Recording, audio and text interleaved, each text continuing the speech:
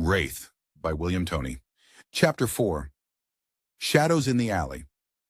Aaron had never considered himself superstitious. Rational and methodical, he spent his days surrounded by ancient artifacts and mysterious relics, all the while dismissing the supernatural as little more than legend and myth. But now, after his encounter with Allistor, something had shifted. The museum's shelves of strange objects and eerie artifacts suddenly seemed to hum with untold power. And though he tried to bury it, a sense of dread clung to him like a shadow. He had spent the rest of the day at work, trying to focus on cataloging new acquisitions. But his mind kept wandering back to the brass pot, the strange object that had begun it all. The eerie voice of Allistor, the sudden, sharp clarity that had come over him, the overwhelming pull to open the pot. It was all too much to ignore. But Aaron was a man who liked answers, and right now, all he had was confusion and fear. Still, the rational part of him pushed aside the creeping unease and chalked the whole experience up to a stress-induced hallucination. It was just a figment of his imagination, a trick of the mind. By the time evening came, Aaron had convinced himself it was all in his head. He slipped his messenger bag over his shoulder, stuffed his keys and wallet into his pocket, and made his way out of the museum. The familiar streets of the city greeted him, but tonight something felt different. The once comforting hum of the busy downtown streets now seemed sharper, almost hostile. The usual din of traffic, the buzz of people on the sidewalks, and the flashing lights from neon signs all seemed to press in on him. The shadows between the buildings felt darker than they had just hours ago, as if something was waiting for him, lurking in the corners of the city. Aaron tried to brush off the sensation, quickening his pace as he neared his apartment. He'd just passed the familiar corner when he noticed them, 3 men standing in a narrow alley ahead. Their voices were low, conspiratorial, but the unmistakable air of menace hung around them like smoke. He'd seen them before, lurking in the same corner, week after week. He had never paid them much mind, but tonight, something about them felt different, more dangerous. The tallest of the group turned, locking eyes with Aaron. A predatory grin spread across the man's face as he nudged his companions. Aaron's pulse quickened. He had a bad feeling in his gut, but he tried to push it down. Maybe they're harmless, he told himself. Maybe they're just drunk or waiting for someone. But then the tall man stepped forward, and the other 2 followed suit, blocking Aaron's path. Aaron's mind raced as he looked for a way out, but there was no escape. The alley was too narrow, the men too close. "Evening," the tall one said, his voice dripping with mock politeness. "You lost, friend?"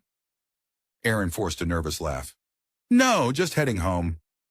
The man's smile widened, and he took another step closer.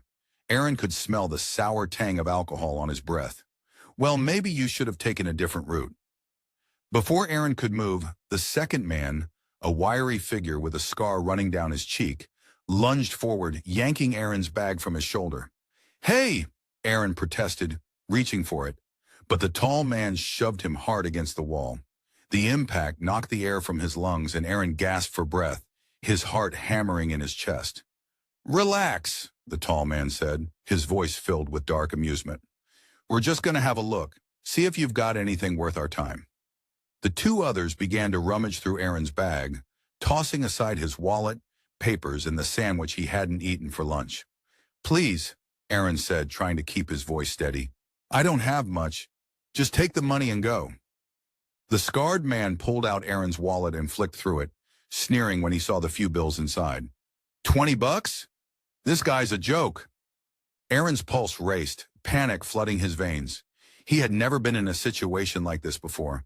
The men were just playing with him, teasing him, and the more they handled his belongings, the more Aaron could feel himself losing control.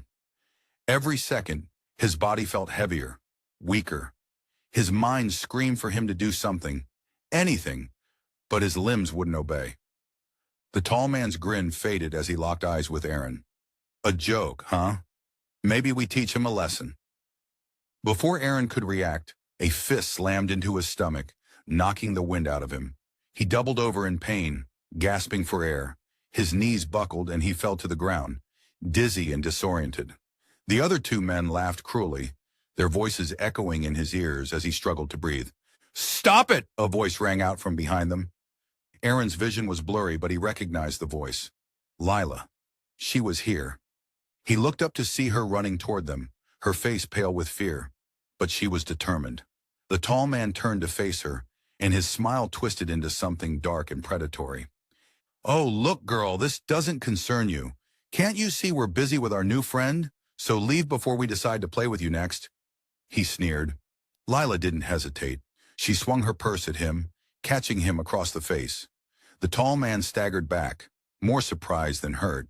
He wiped his mouth, his grin returning. "Oh, you shouldn't have done that," he said, his voice dripping with contempt. "You should have left when you had the chance. Too late to leave now." And Aaron tried to stand, but the pain in his abdomen was too much. He felt like he was going to pass out. Then another blow landed, this time across his face, sending him crashing back to the ground. Everything began to blur. Lilah screamed, but the sound was distant, as if coming from a far-off place. The world spun around him, the alley growing darker, the figures above him becoming indistinct. The last thing he saw before the blackness closed in was the tall man raising his fist, a cruel smile on his face. Then everything went black. Aaron's eyes fluttered open, but the world around him was nothing like he remembered. His surroundings were unfamiliar, cold, damp, an underground cavern of sorts. The air smelled musty, and the walls around him were crumbling, ancient stone. He tried to move, but his body felt as though it was encased in chains, too heavy to lift. "Ah, he wakes," a familiar voice said, its tone smooth, almost comforting. Aaron turned his head, the movement slow and disoriented. Standing nearby, leaning casually against a crumbling stone pillar, was Allistor.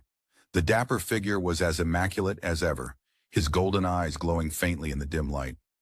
He wore the same perfectly tailored suit, as though he had just stepped out of another time. "Wait, what's going on?" Aaron croaked, his throat dry, his body aching. "You were beaten quite badly. Almost killed, actually," Allistor said, his voice almost sympathetic. "But I distracted them and stole you away, saving your life.